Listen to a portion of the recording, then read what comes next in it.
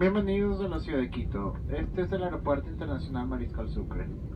Por su seguridad y en atención a las regulaciones de permanecer sentados con el cinturón de seguridad abrochado. Los compartimentos de equipaje deben permanecer cerrados, el control remoto debe estar guardado y asegurado hasta que el avión se detenga en el sitio de parqueo y la señal del cinturón sea apagada. A partir de este momento pueden hacer uso de sus equipos electrónicos sin restricción alguna. Nuestro personal en el aeropuerto queda a su disposición para asistir a conexiones y recibo de equipajes. No olviden sus objetos personales a bordo, para nosotros es un placer atenderles. Esperamos servirles de su vuelo de regreso a próximos viajes. Gracias por hablar con Avianca Southwest Airlines.